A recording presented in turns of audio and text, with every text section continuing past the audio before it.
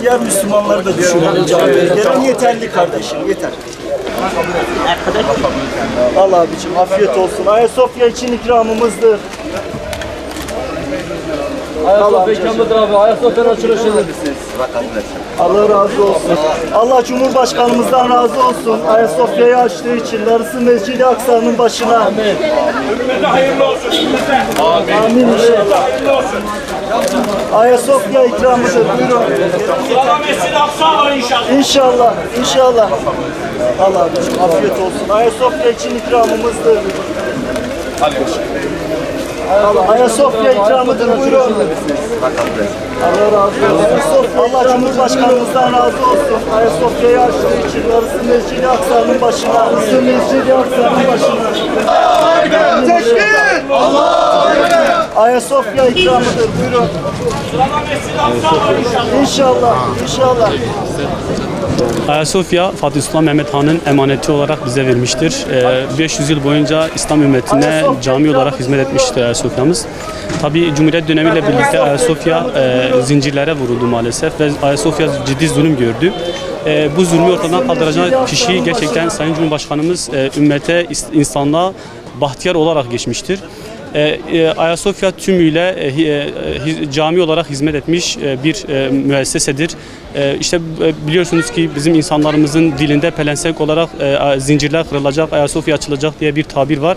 Ve gerçekten bugün Ayasofya'nın zincirleri kırıldı. Hamdolsun ne mutlu Müslümanlara.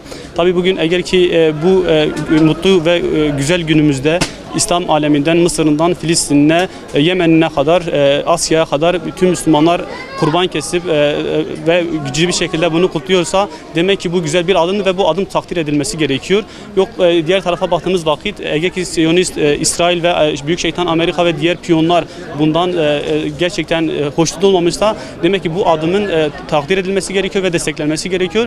Bizler de bu adımı takdir ediyoruz ve destekliyoruz. Rabbim da Recep Tayyip Erdoğan'ın dediği gibi Mescid-i Aksa'nın açılışına da vesile olmasını diliyoruz. İnşallah kısa zamanda Mescid-i Aksa'nın da özgürlüğüne kavuşmasını temenni ediyoruz. Biz de bugün Türkiye Gençlik Vakfı Sirt Teşkilatı olarak bu sevince ortak olma amacıyla bizler de lokma ve lokum dağıtımı yaparak halkımızda Sirt Çarşı Camii'de bu sevinci ortak olarak paylaşmaya çalıştık.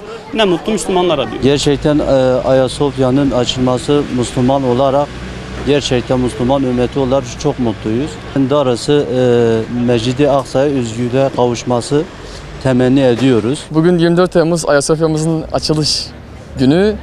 Allah'a hamd ediyoruz. Çok şükürler ediyoruz. Bu adımda vesile olan herkesten hakikaten Allah binlerce kez razı olsun. Çok teşekkür ediyoruz. İster muhalif olsun, ister farklı düşünce olsun, ister siyasi görüş farklı olsun, her kim olursa olsun tüm Müslümanların kalbinde azıcık iman olan her insanın bu adımı takdir etmesi lazım. Bu büyük bir adımdır. Bu Müslümanların dünyaya karşı adım atabileceğinin göstergesidir diye düşünüyorum. Bugün sevinçliyiz, mutluyuz. İnşallah nice başka adımlar da gelecektir İslam alemi için. Attığımız bu adım inşallah denildiği gibi Mescid-i Aksa'nın da açılacağının bir adımıdır, bir göstergesidir. İnşallah basamak basamak hedefe varacağızdır. Amacımız, gayemiz odur. Ayasofya'nın nasıl ki zincirleri kırıldıysa inşallah Mescid-i Aksa'daki zincirler de kırılacaktır. Ayasofya İslam alemi için büyük bir adımdır. İslam ümmetinin dirildiğini gösteren büyük bir adımdır. Ama şunu unutmamak lazım. Mahallemizdeki her bir cami Ayasofya'mızdır. İnanıyorum ki tüm Müslüman kardeşlerimiz, kalbinde azıcık iman olan tüm Müslüman kardeşlerimiz bugün Ayasofya'da diğer Müslüman kardeşleri namaz kılmak isterdi. Ama bizim de Ayasofya'mız vardı. Bizim de Ayasofya'mız bizim mahallemizin camisidir. İnanıyorum eğer bizler kendi mahallemizin, kendi sokağımızın camisinde olursak bir dahaki hedef Mescid-i Aksa olacaktır. Çok mutluyuz. Bugün yıllardır, 86 yıldır biz bu sancıları çekiyoruz. Ümmet olarak, Müslüman olarak bugün tekrardan dirilişin ve doğumun bir müjdesidir. Bugün ümmet olarak dirildik. İnşallah bu dirilişin sonu da finali de Mescid-i Aksa olacaktır. Çünkü bizler adım adım, dirile dirile inşallah büyük bir ümmet olup, güçlü bir ümmet olup inşallah Mescid-i Aksa'nın da zincirlerini kırıp Mescid-i Aksa'nın gerçek sahipleri olan biz Müslümanlar tekrar Mescid-i Aksa'da hür bir şekilde namaz kılacağız inşallah. Biz buna inanıyoruz. Allah'ın Mescid-i Aksa ile ilgili şeyi de var, emri de var. İkinci kez muhakkak fetholunacaktır. Biz de bu inançla durmadan yolumuza devam edeceğiz inşallah. Ayasofya zincirlerini kırdıysak inşallah Mescid-i Aksa'nın zincirini kırıp hürriyetine kavuşturacağız. Bugün Ayasofya açıldığı için çok mutluyuz.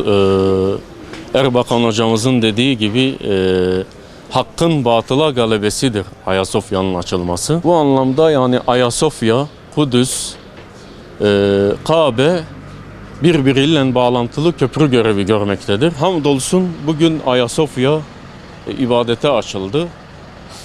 Çok mutluyuz. Tüm İslam aleminin çok mutlu olduğunu düşünüyorum. Eğer bizim Ayasofya'yı cami olarak ibadete açma yürekliliğimiz varsa emin olun Mescid-i Aksa'yı da özgürlüğüne kavuşturma yürekliliğimiz de var olduğunu düşünüyorum.